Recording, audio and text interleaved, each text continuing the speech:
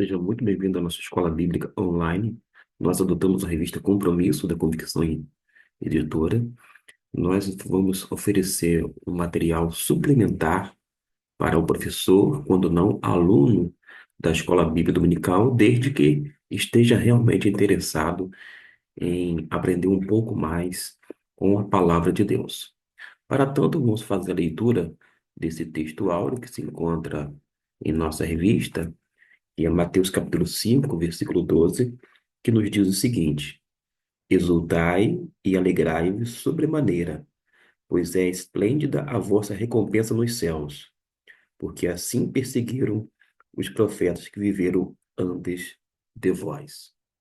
É importante salientar que a vida cristã não é um mar de rosas, não é ausente de aflição, de luta, muito menos de perseguição. O próprio Jesus Cristo, no versículo número 11 do capítulo 5 de Mateus, vai dizer: Bem-aventurados sois vós, quando vos insultarem e perseguirem e mentindo disserem todo mal contra vós por minha causa. Note bem, não é ser insultado, ser perseguido, sofrer calúnia, mentira, por uma ação incoerente da nossa parte. Uma vez que professamos a Cristo Jesus, acabamos deixando a desejar, ficamos aquém, e por isso as pessoas vão começar a ter ações como estas descritas. Não é nesse sentido. O sentido aqui é sofrer todas estas coisas por causa de Jesus, do nome e da pessoa dele. E quando nós somos perseguidos por conta destas coisas, realmente a gente tem que exultar, nos alegrar em Deus. É preferível que a gente sofra o dano não porque tenha cometido algo e isto seja consequência de um ato pecaminoso da nossa parte, mas de uma forma muito tranquila, com a consciência limpa diante de Deus, a gente pode sofrer o dano sabedor de que não fomos aquele que promoveu ou que ocasionou tal coisa. De maneira que a gente observa que Jesus Cristo, quando ele envia o seu Espírito para habitar permanentemente em nosso coração, deseja trabalhar justamente na nossa mente, formar Cristo em nós e fazer com que esse caráter de Cristo esteja presente e latente na nossa mente e no nosso coração. Nós queremos fazer destaque em relação a Mateus. Mateus, como discípulo de Jesus, foi alguém que, quando se deparou com a pessoa dele, largou tudo para segui-lo. A nossa decisão como seguidor de Cristo Jesus é uma decisão sem volta, porque a gente sabe que o caminho de Cristo Jesus aqui na terra, indo para Jerusalém, era um caminho de morte. E diz a Bíblia que Jesus foi obediente até a morte e morte de cruz. E nós temos Jesus como modelo. Naturalmente que a Bíblia não exige que nós cristãos venhamos morrer pela igreja, mas devemos ser leais a Jesus até a morte, por causa dele, porque ele é o nosso Senhor, ele é o nosso Salvador, ele é o nosso mestre, ele é aquele que dá real significado de vida. E não tem sentido algum viver nesse plano terreno sem estar alinhado com a vontade de Cristo. Quando nós vamos analisar sobre essa questão relacionada aos capítulos 5, 6 e 7, que trata sobre o Sermão do Monte, nós vamos observar que fala muito sobre o reino de Deus. Naturalmente que fala sobre bem-aventuranças, a gente vai tocar mais um pouquinho. Mas é importante a gente salientar que quando ocorre essa expressão reino de Deus, eu destaquei, vez ou outra, de acordo com o evangelista, você vai encontrar reino dos céus, reino de Deus, reino dos céus. Note que Mateus, ele só vai utilizar reino dos céus. Por causa de quê? Mateus, meus irmãos, ele era judeu. E como judeu, ele não pronunciava o nome do Eterno.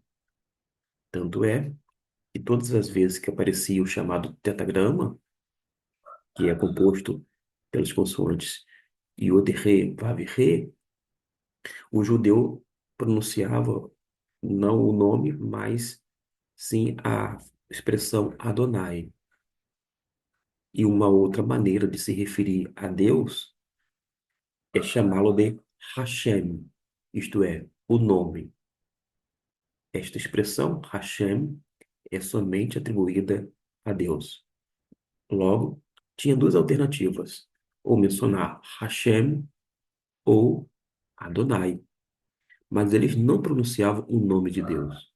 Não é à toa que, quando Mateus escreve para o seu público, que eram os seus compatriotas, ele vai utilizar não reino de Deus, mas sim reino dos céus.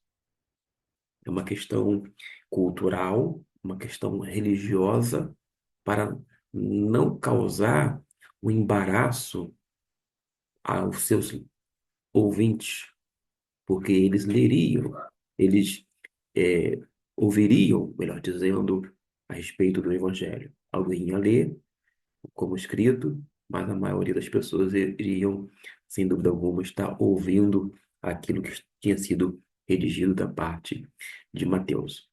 Uma outra questão que a gente pode trabalhar é com relação a essa expressão aqui, bem-aventuranças. Note que quando a gente vai para a Bíblia, nós podemos observar que a Bíblia menciona algumas expressões, de acordo com alguma versão, abençoado, muito feliz, feliz, mais do que feliz. Nós consideramos bem-aventurados uma expressão que transmite melhor a ideia do original grego, a palavra makarios, referindo-se a uma felicidade que excede as circunstâncias, que tem a ver com um profundo sentimento de paz e alegria que todos os que foram abençoados com a salvação em Cristo Jesus e o seu reino deve sentir e desfrutar, mesmo em meio às aflições cotidianas. Desta forma, eu vou optar aqui por esse termo, conforme foi traduzido, bem-aventurados, que sem sombra de dúvida mostra claramente esse significado que acabei de expor para vocês. Vamos agora para o nosso primeiro tópico, e eu vou trabalhar de uma forma pausada, e é importante que você tenha a Bíblia em mãos, porque a gente precisa ver muito bem sobre quem é Jesus. Os judeus, eles não compreendiam Jesus como Messias por algumas dificuldades, não apenas culturais, mas até mesmo religiosas. Havia a concepção de que o Messias viria com poder e glória. Logo, alguns deles estavam esperando um Messias que iria triunfar. Em outras palavras, ia fazer com que o Império Romano, que dominava na época o povo judeu, fosse colocado abaixo, cujo império deveria ruir. Mas acontece que quando a gente vai para o Antigo Testamento, apresenta Jesus como o servo sofredor.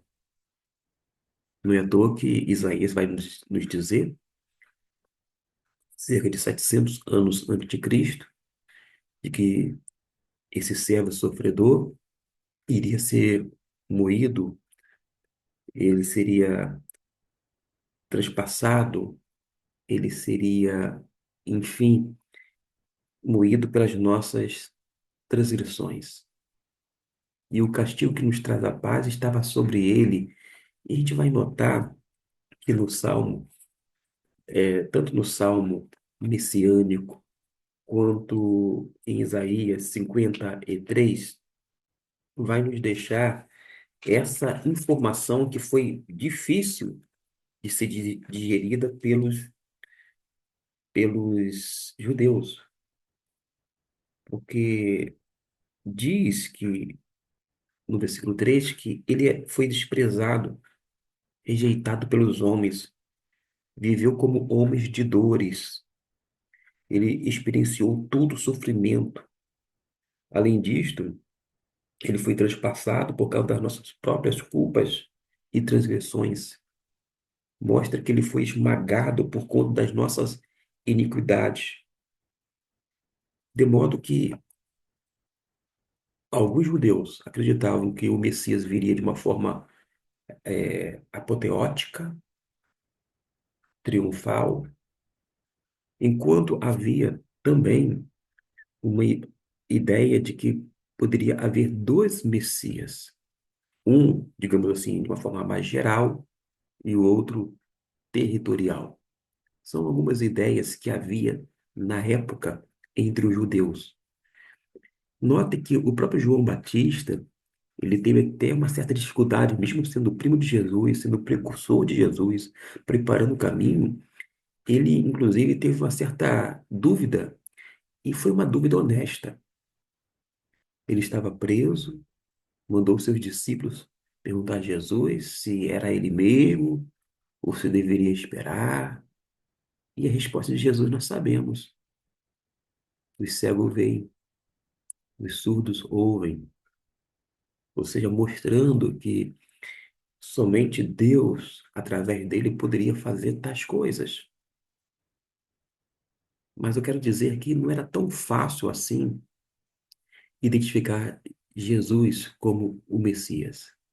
Além do que, naquele período, alguns falsos profetas já tinham até vindo e outros estavam falando que era o Messias. Alguns desses falsos profetas tinham seguidores em mais do que o próprio Jesus. Quando a gente analisa a história, nós temos até uma informação de um deles que tinha tanto seguidor e que era atribuído àquele a capacidade de levitar. Imagine só o impacto que causava na multidão na época. Mas a história depõe e fala inclusive sobre isto. De qualquer forma, nós vamos conceber que Jesus é o Filho de Deus. Não que tivesse um princípio, um início, mas Jesus é sempre eterno. Ele estava na eternidade com Deus. Todas as coisas existentes foram feitas por meio dele. E sem ele, nada do que foi feito se fez, poderia ser, ser feito. Então a gente sabe que Jesus é o Alfa e o Ômega, o princípio e o fim. Mas Jesus não teve começo, ele não foi criado. A expressão que nós encontramos na Bíblia, gerado, é diferente do ser criado. É porque ele foi gerado no sentido de que foi introduzido no mundo em um determinado período de tempo. Daí ele foi gerado pelo Espírito Santo. Mas Jesus já existia. Ele até chega a dizer, antes de Abraão, antes que este existisse, eu sou. Jesus é. E da mesma forma, Deus é. O Espírito Santo é. Logo, as três pessoas da Trindade Santa coexistem e existem de igual modo, em harmonia, em pé de igualdade, mas desde a eternidade.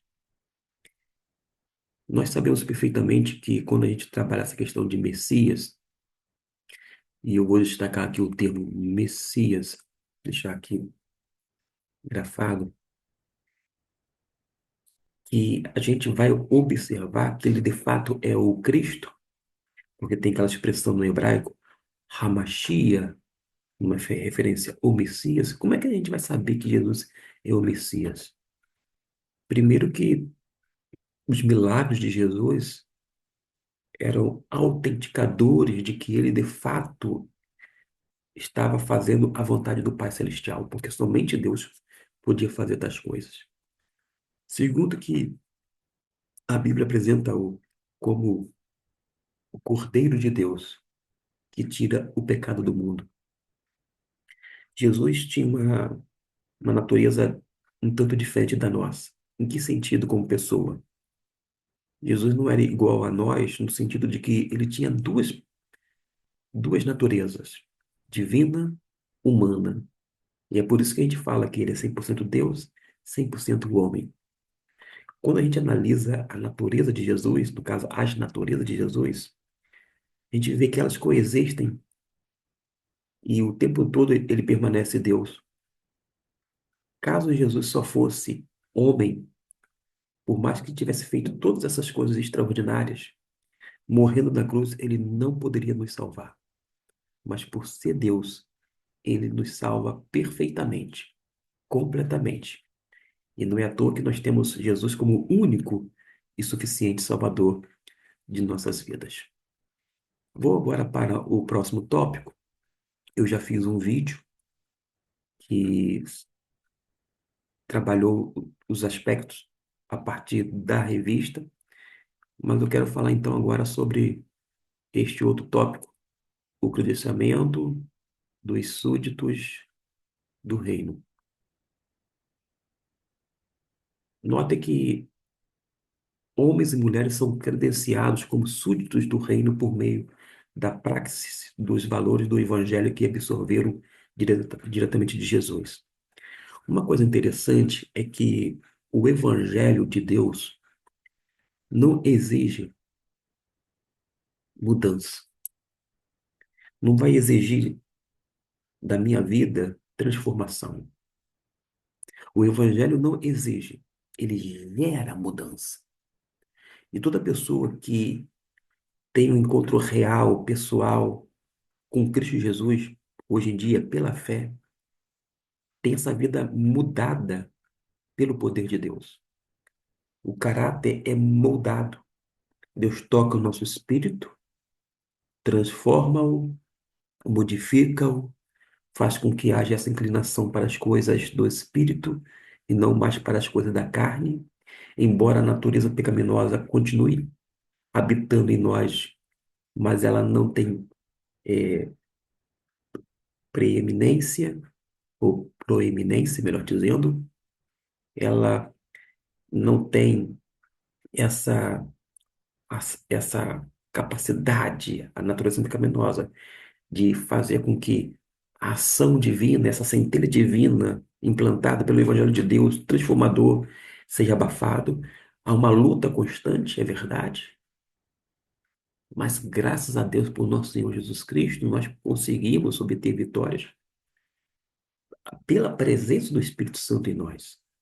O Espírito Santo atua moldando a nossa mente, mudando o nosso caráter, fazendo com que o nosso comportamento seja diferente das pessoas do mundo. Por isso que cá entre nós é inconcebível que os cidadãos do reino dos céus tenham comportamentos semelhantes às pessoas do mundo, porque o evangelho de Deus tem os seus valores. Os ensinos do reino são diferenciados. Só vou dar um exemplo. O maior na sociedade é um figurão, é alguém que está, de repente, no âmbito político, que tem uma condição social, econômica muito alta, entre outros exemplos que a gente poderia dar. Mas no reino de Deus, o maior é aquele que serve, não é aquele que está no poder, sentado e sendo servido, se valendo das benesses de outros, mas é aquele, segundo diz a Bíblia, que serve, que é o maior.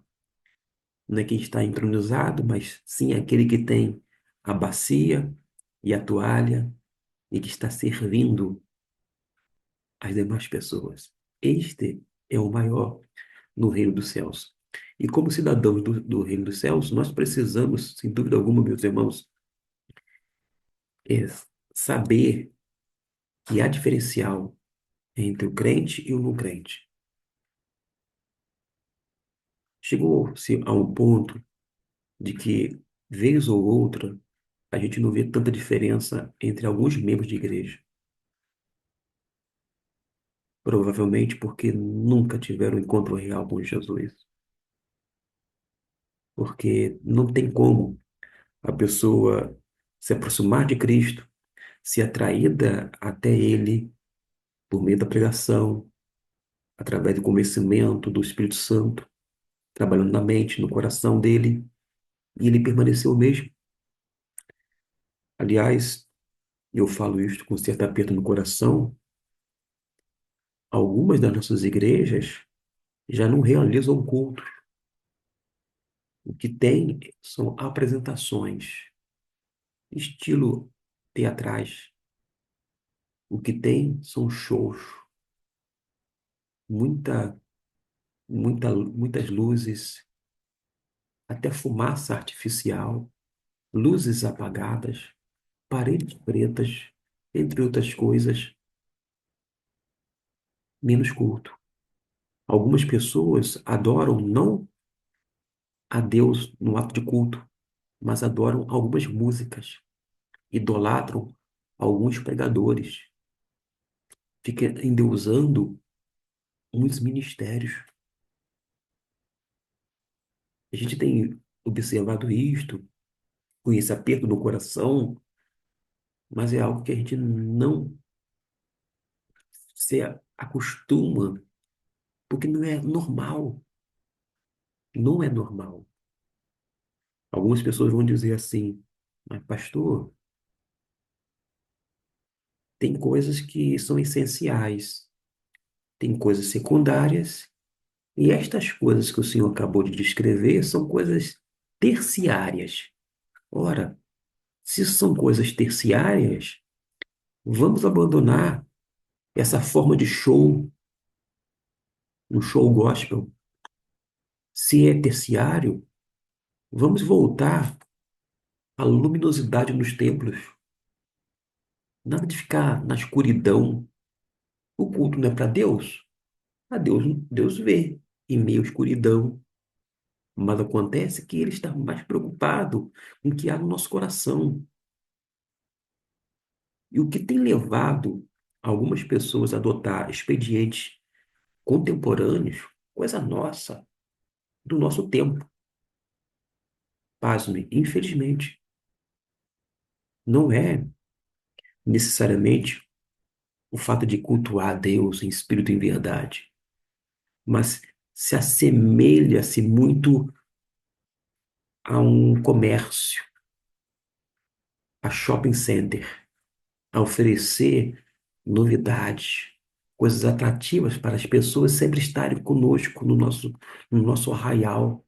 Até porque, se não fizer isto, vai perder alguns jovens, adolescentes, e os pais estão acompanhando também. Aí a gente olha para o lado, as pessoas vão para algumas igrejas, ministérios, etc e tal. A gente toma a decisão, tem que fazer alguma coisa. Ou a gente muda,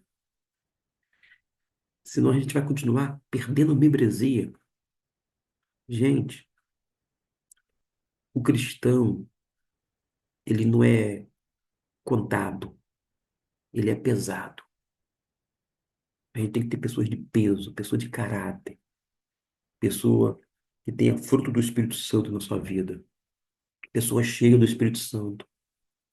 A gente não precisa necessariamente se preocupar com quantidade.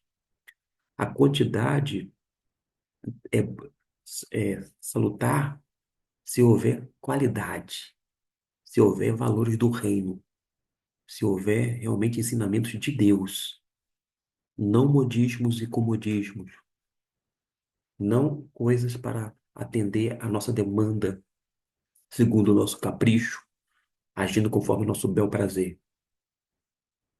Nós somos cidadãos dos céus, do reino de Deus, mas às vezes nos assemelhamos a comportamentos e práticas encontradas no mundo. E a gente precisa pensar seriamente o que nós temos feito da Igreja de Cristo.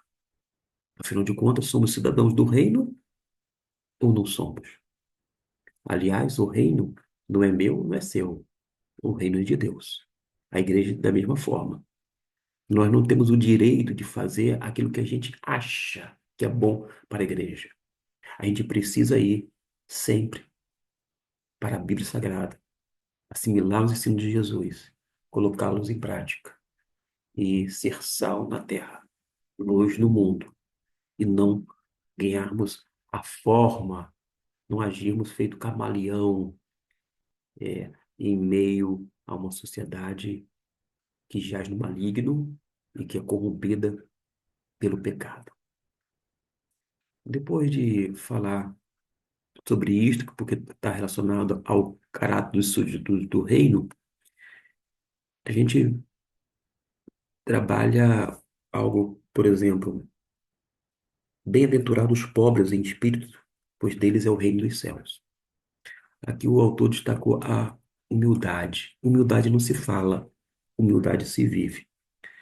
Mas quando Jesus abre a sua boca, no versículo 2, a palavra utilizada é que Jesus passou a falar mais alto para que se pudesse ser ouvido pelas demais pessoas ao seu redor. Hoje em dia, meus irmãos, a gente não precisa falar mais alto nesse sentido, porque nós temos um microfone. O microfone não é para gritar nele, é para falar. Mas a nossa vida tem que falar mais alto também para as pessoas que estão ao nosso redor ou de redor. Se não houver diferença em nós, pessoas não serão atraídas a Cristo. Se as pessoas não vê Deus ou Jesus em nós, a gente vai estar fazendo um desserviço ao Evangelho de Cristo ou de Deus. Por isso que precisa haver essa diferença. É questão íntima do âmago do ser humano. Porque todo aquele que se torna uma nova criatura, automaticamente vai andar em novidade de vida. Aquele que mentia, não vai mentir mais. Aquele que estava envolvido no conluio de corrupção, que é ativa ou passiva, não vai praticar mais tais atos. E se necessário for ser demitido, desligado da empresa, do cargo comissionado na prefeitura ou em algum órgão público, que seja, mas que não permaneça fazendo a coisa errada, porque é uma nova criatura. Aquele que está em Cristo Jesus vai sacrificar-se pelos seus filhos, pelo seu cônjuge, pela sua família, vai colocá-lo como prioridade. Nós não temos que colocar a igreja em primeiro lugar, meus irmãos. A gente tem que priorizar o reino de Deus e a sua justiça. As demais coisas serão acrescentadas. Uma família forte equivale a uma igreja forte. Agora, se tivermos igrejas fracas, com pessoas realmente fora desse compasso da graça, nós vamos ter um resultado semelhante ao nosso nos dias atuais. Quantos casamentos desfeitos, quantas famílias desestruturadas, quantas agressões verbais, físicas, até mesmo de cunho sexuais, dentro dos lares chamados evangélicos. Quanta dor, quanto sofrimento. Muitas pessoas já vão hoje para o casamento com aquela máxima: quem casa, quer casa. Legal, tudo bem. Mas quem casa precisa ter um lar. Às vezes as pessoas adquirem uma casa, um apartamento, um imóvel, mas não constroem um lar alicerçado em Deus. E a gente precisa pensar a partir, inclusive, da nossa própria vida, para que possa ser modelo para as outras pessoas. Porque não adianta somente apontar para Cristo Jesus, quando na verdade as pessoas verão Cristo em nós ou não verão Cristo nas nossas vidas. A humildade para entender que a gente precisa, sem dúvida alguma, ser desprovida de arrogância, de autossuficiência. Nós não somos bons o suficiente para realizarmos a obra de Deus. A Bíblia diz que sem Jesus nada podemos fazer. Nós temos que estar em Cristo, atento aos seus ensinos, submisso à sua palavra, ouvindo a voz do Espírito Santo que habita em nós, nos direcionando à verdade. Desta forma, quando nós entendermos que somos completamente dependentes de Deus, porque bem-aventurados os pobres em espírito, pois deles é o reino dos céus. É a primeira bem-aventurança. Porque esses pobres ou humildes de espírito são pessoas que dependem completamente de Deus. E eis aqui a primeira bem-aventurança destacada: pobres em espírito. Você, meu irmão, minha irmã, é pobre em espírito? Em outras palavras, você depende exclusivamente de Deus. Nós devemos parar de confiar em homens, na força dos homens, nos braços dos homens. A gente precisa parar de confiar nos nossos contatos. Ah, é porque eu tenho alguns contatos nesse órgão público, eu tenho alguns contatos nesse setor da sociedade. Pode deixar comigo que eu resolvo. Para com isso. Eu sei que há uma interdependência entre homens, mas nós temos que ser totalmente dependentes de Deus. Temos que estar conscientes das nossas misérias espirituais e entender que, de fato, o orgulho, a soberba, a opulência devem ser despojados da nossa vida, devem ser tirados, para que a gente haja realmente como um bem-aventurado. Uma outra expressão que a gente pode trabalhar, porque bem-aventurados os que choram, porque eles serão consolados. Isso mesmo. Está aqui a razão pela qual os que choram serão consolados. O autor disse que reside no fato de que a angústia move que a si mesmos se consideram destituídos de méritos a implorar com lágrimas o favor de Deus. Eu já ouvi muito, principalmente na minha infância e até início da adolescência, de que homem não chora. Quantas vezes já chorei? Às vezes, diante da minha própria família, do meu cônjuge, dos meus filhos, mas sobretudo diante de Deus.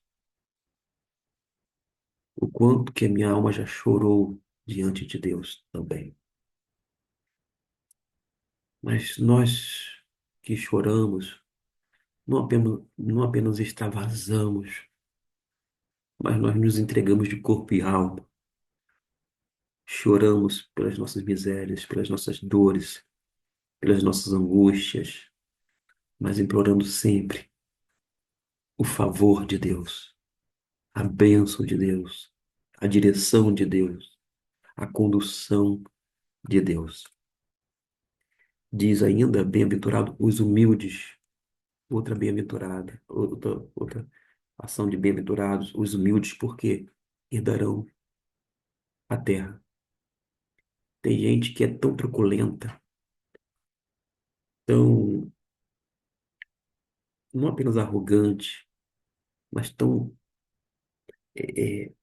cheia de si, que acha que tem que meter o pé na porta para arrombar e entrar, fazer acontecer. Não. A Bíblia declara bem-aventurado os humildes, porque esses humildes, eles herdarão a terra. Bem-aventurado também, no versículo 6, os que têm fome e sede de justiça. A pergunta que não quer calar é esta: você tem fome e sede de justiça? Uma coisa que eu fico às vezes olhando é que as pessoas na chamada Marcha para Jesus, estou apenas comentando aqui, gostam de tirar fotos, selfie com pessoas tidas como importantes. Importante no cenário evangélico, às vezes um cantor, um pregador renomado. Via de regra, como já se politizou a Marcha para Jesus, está em cima do trio elétrico com um político, com alguém que tem uma influência muito grande nas mídias, nas redes sociais. As pessoas querem tirar foto com pessoas tidas como importantes, mas são pessoas que às vezes não têm nenhuma preocupação com aqueles que estão sendo injustiçados. No Brasil, é muito difícil a vida para todas as pessoas, mais ainda para a mulher pobre, preta ou negra e ainda por cima mãe solteira. Não é pauta de uma ideologia, é uma observação a partir da própria palavra de Deus. Porque Deus sempre se colocou do lado dos desfavorecidos, dos estrangeiros, dos órfãos, das viúvas, dos injustiçados, etc. e tal. E muitas vezes a gente não vê pessoas como cidadãos do reino com fome e sede de justiça. Vira, vira e mexe aqui no Rio de Janeiro, pessoas são presas de maneira injusta, porque eles são de fato inocentes, mas são presos, são expostos, passam por um período de cárcere, dias, até meses, quando não anos, até serem isto quando são inocentados pela justiça, porque nem sempre a justiça é feita. Mas a gente não vê nenhum tipo de marcha para as pessoas que estão sendo injustiçadas, que estão sendo presas indevidamente, às vezes reconhecidas através de um álbum de fotos que está numa delegacia policial, cuja pessoa sequer teve passagem, mas a foto dele estava ali. Mas a maioria dessas pessoas são negras, pobres.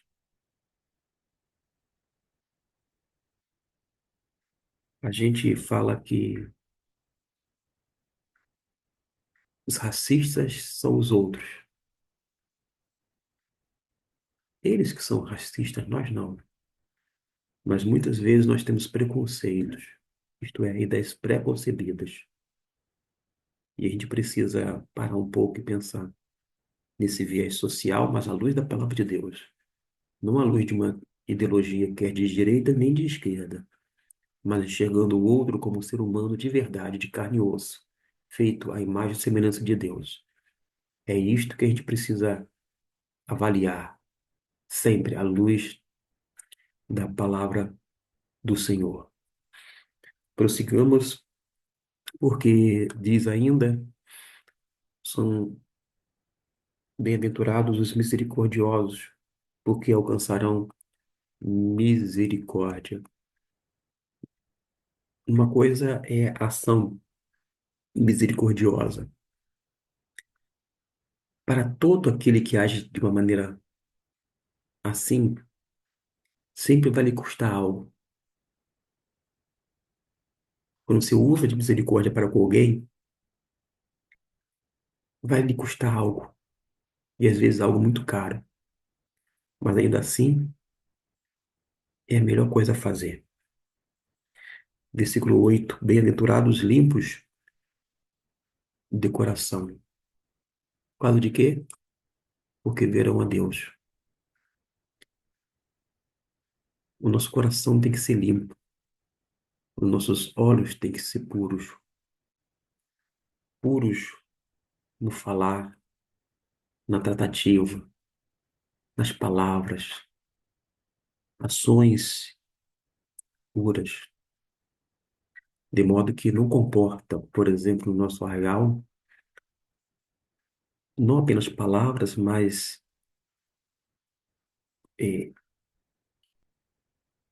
palavras e piadas, anedotas de duplo sentido, cheio de maledicência. A gente precisa pensar seriamente nessa questão da santidade, da pureza, por uma razão simples, porém importantíssima. Nós temos que ser santos, porque Deus é santo. Depois de limpos do coração, bem-aventurados os pacificadores.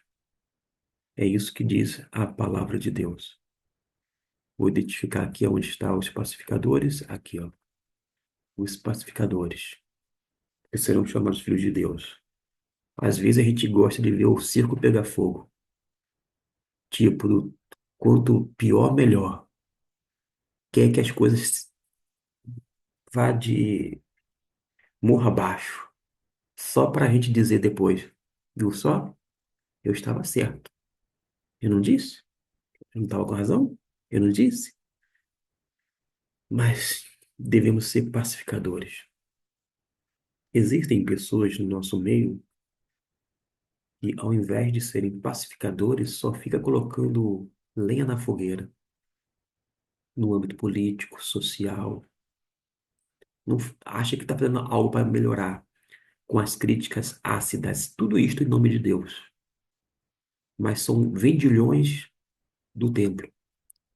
São pessoas que comercializam a fé, pessoas que se enriquecem às custas de dízimo ofertas, tudo isto em nome de Deus.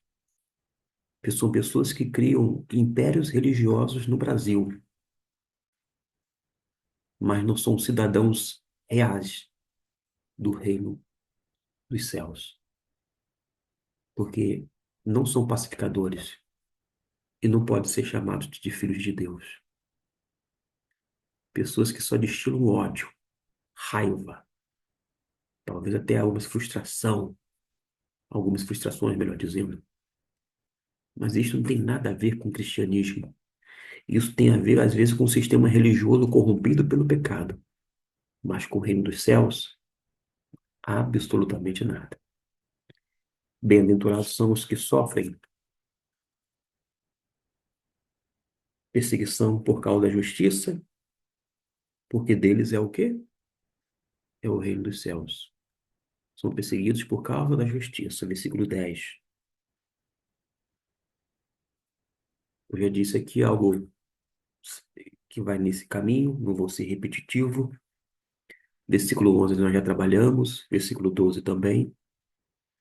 E desejo, meus irmãos, sinceramente, que esta análise sucinta, nessa abertura de coração, mas também, ó, com a Bíblia aberta, lendo, meditando, possa ter sido útil a você, que é professor, que é aluno da escola bíblica dominical. Que Deus possa abençoar ricamente a sua vida. Não sei se você percebeu, mas se chegou até o final, vai ter essa informação. Eu estou fazendo a gravação no período da manhã, bem cedinho, por volta de 5 e pouca da manhã. Eu levantei e comecei a providenciar uns materiais, fiz umas leituras antes, meu devocional, minha oração, e me coloquei aqui nesta manhã para falar a vocês, de modo que, sem dúvida alguma, a questão do som não está um tanto mais alto em função disto. Peço a sua compreensão e que você possa orar pela minha vida, para que eu possa ter força, tempo, para, de alguma forma, contribuir com a IBD, mas também com a divulgação da palavra de Deus através desse cantinho de reflexão bíblico-teológica. Deus abençoe ricamente a sua vida.